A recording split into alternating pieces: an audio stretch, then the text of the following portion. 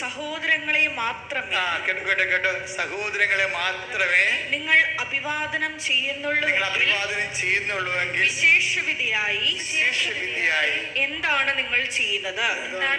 എപ്പോഴും ഉടമ്പടി ഫയറാകാൻ എപ്പോഴും നല്ലത് ഞങ്ങൾ നിങ്ങളോട് പറഞ്ഞിരിക്കുന്നത് ഇതിനേക്കാൾ ഇരട്ടി ചെയ്യാനുള്ള കൃപയ്ക്ക് വേണ്ടി പ്രാർത്ഥിക്കണം. നിങ്ങൾ ചെയ്യണമെന്ന് വെച്ച് കഴിഞ്ഞാല് ഇപ്പൊ പറയുന്നതിന്റെ പകുതി എങ്ങനെ ചെയ്യാം. മലയാളി പ്രത്യേകിച്ച് അങ്ങനെയാണ്. മലയാളിയുടെ മനുഷ്യന്റെ ഒരു സ്വഭാവമാണ് ചുരുക്കെടുത്തെന്ന് പറയത്തില്ലേ, എന്നാൽ ചുരുക്കി ചെയ്യാൻ നോക്കും.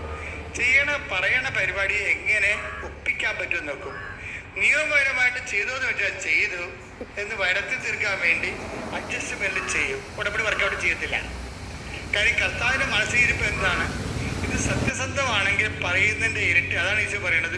1 മൈൽ പോകാൻ നിങ്ങളോട് ആവശ്യപ്പെട്ടാൽ നിങ്ങൾ എന്ത് ചെയ്യണം? 2 മൈൽ. ശ്രദ്ധിക്കട്ടെ. ഹല്ലേലൂയ. മത്തായി 5:41. 1 മൈൽ ദൂരം പോകാൻ നിന്നെ നിർബന്ധിക്കുന്നവനോട് കൂടെ 2 മൈൽ ദൂരം പോകുക. ഇതാണ് ദൈവത്തിന്റെ മനസ്സ്. എന്നിട്ട് പറയും ചോദിക്കുന്നവർക്ക് കൊടുക്കുക. എന്നിട്ട് പറഞ്ഞു പിന്നീട് കർത്താവ് പറയുന്ന ഓരോ കാര്യങ്ങളും നിങ്ങൾ എന്താ ചെയ്യണമെന്നറിയാവോ? ചെയ്യേണ്ട കാര്യം എളുപ്പമാണ്. ഇത് പേടിക്കേണ്ട കാര്യമില്ല. കർത്താവെ കൂടുതൽ ചെയ്യാൻ വേണ്ടി നിനക്ക് വേണ്ടി കൂടുതൽ സമയം ചെലവഴിക്കാൻ വേണ്ടി എനിക്ക് പ്രത്യേക കൃപ തരണമെന്ന് പ്രാർത്ഥിക്കണം. നിങ്ങൾ പ്രാർത്ഥിക്കുന്നതിന് പല പ്രശ്നം വെച്ച് കഴിഞ്ഞാൽ എല്ലാം നിങ്ങളെ ഉടമ്പടിയിൽ എഴുതിയിട്ടിരിക്കുന്ന കാര്യങ്ങളാണ് മക്കൾ എപ്പോഴും പ്രാർത്ഥിക്കുന്നത്. അത് നിങ്ങൾ ആ മനുഷ്യന്മാരുടെ സ്വഭാവമാണ്. പ്രാർത്ഥിച്ചു പോകും, പക്ഷെ അതുകൊണ്ട് വർക്കൗട്ട് ചെയ്യത്തില്ല. മനുഷ്യന്മാരുടെ സ്വഭാവമാണ്. പ്രാർത്ഥിച്ചു പോകും, പക്ഷെ അതുകൊണ്ട് വർക്കൗട്ട് ചെയ്യത്തില്ല. ഉടമ്പടി കംപ്ലീറ്റ് യൂട്ടേണം. നിങ്ങളുടെ വിഷയം നിങ്ങൾ എഴുതി കളയണം.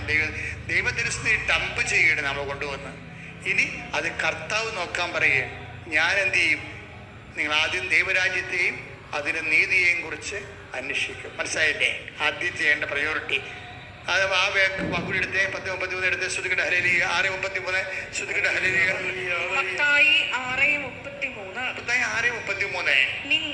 നിങ്ങൾ ആദ്യം അവിടുത്തെ രാജ്യം അവിടുത്തെ നീതിയും അന്വേഷിക്കുക.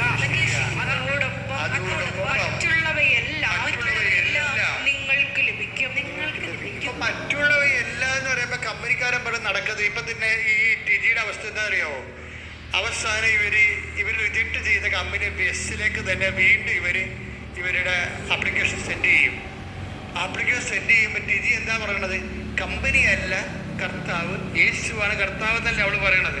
അത് ഭർത്താവിനോട് പറഞ്ഞിരിക്കുകയാണ്. നിങ്ങൾ വിഷമിക്കേണ്ട കാര്യമൊന്നുമില്ല, അമ്മ പോകാൻ പറ, അവനാണ് കർത്താവിൽ തിരക്ക്. അവൻ പറയുമ്പോൾ ഞാൻ അനുസരിക്കും. ഇപ്പോൾ വീണ്ടും അവൾ സെൻഡ് ചെയ്യും. ഈ സംഭവം വീണ്ടും സെൻഡ് ചെയ്യുമ്പോൾ എന്താ പറ്റും? എന്ത് പറ്റുമെന്ന് അറിയാൻ പറ്റില്ല. അവന്മാർ ഇവരെ കോൾ ഫോർ ചെയ്യും, വരാൻ പറയുമ്പോൾ ആപ്ലിക്കേഷൻസ് ഇവർ വെരിഫൈ ചെയ്യും. അപ്പോൾ ഇവർ ഒരു ഉടക്ക് കണ്ടുപിടിക്കും. അതിൻ്റെ അകത്ത് കാര്യം ആപ്ലിക്കേഷൻ സ്വീകരിക്കും. എന്തിനുള്ള ആപ്ലിക്കേഷനാണ്? ഇക്വാലൻ്റ് സർട്ടിഫിക്കറ്റ് വാങ്ങിക്കാനുള്ള. ഇവിടുത്തെ മെക്കാനിസ്റ്റാണ്. കാനഡ മെക്കാനിസ്റ്റിൻ്റെ അവിടുത്തെ ഇക്വാലൻ്റ് തുല്യതാ സർട്ടിഫിക്കറ്റ് വാങ്ങിക്കാൻ വേണ്ടി ഉള്ള കമ്പനിയിൽ നിന്ന് എല്ലാ ആപ്ലിക്കേഷൻ സ്വീകരിക്കുമല്ലേ. സ്വീകരിച്ച് കഴിയുമ്പോൾ അവരൊരു ഇതിൻ്റെ ഉടക്ക് കണ്ടുപിടിക്കും. എന്താ കാര്യം? ഈ